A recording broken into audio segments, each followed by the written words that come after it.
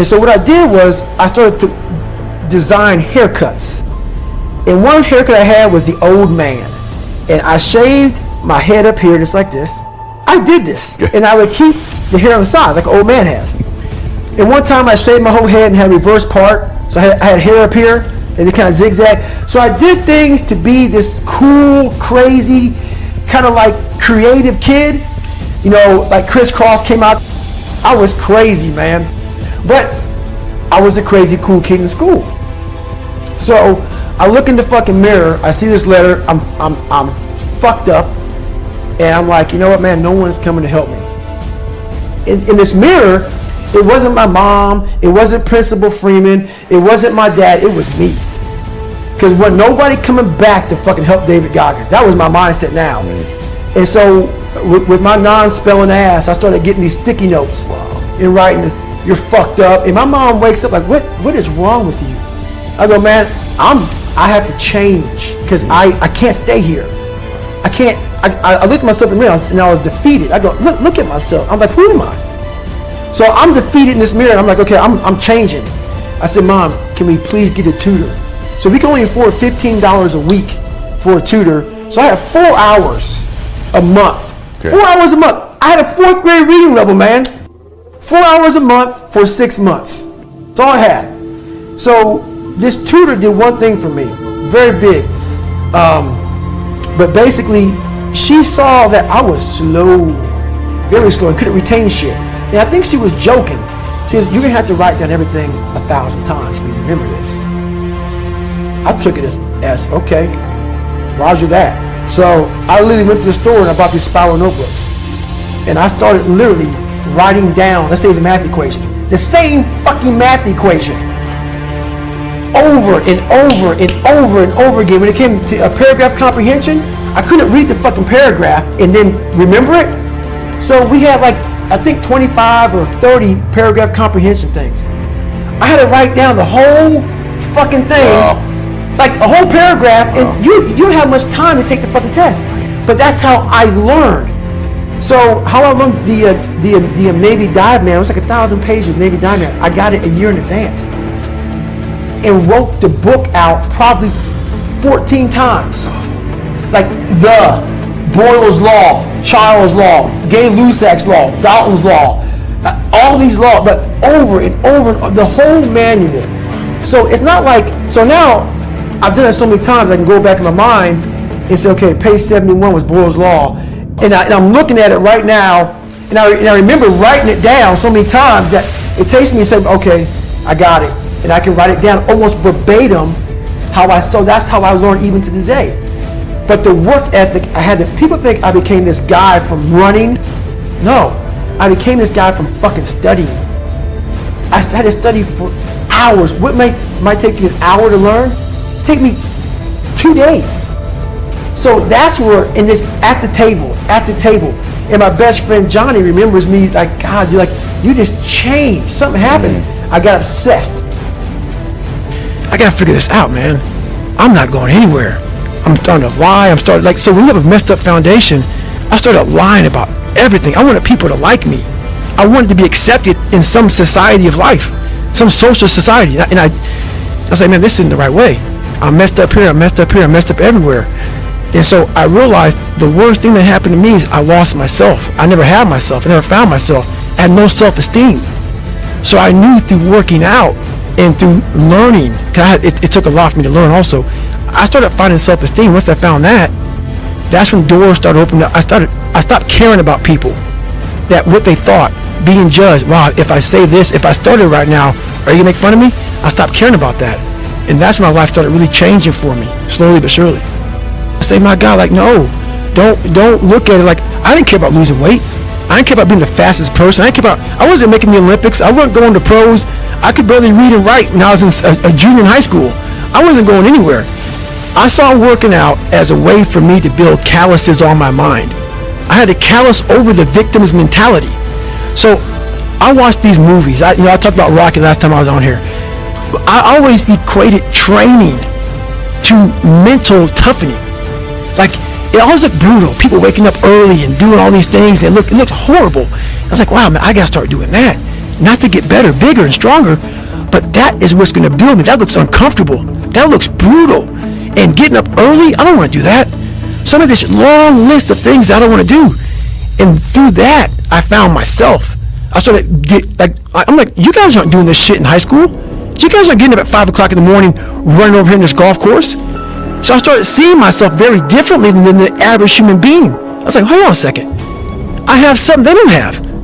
And that's when I started to develop these things through working out. It was this great, never-ending work ethic. And through work ethic, I developed self-esteem.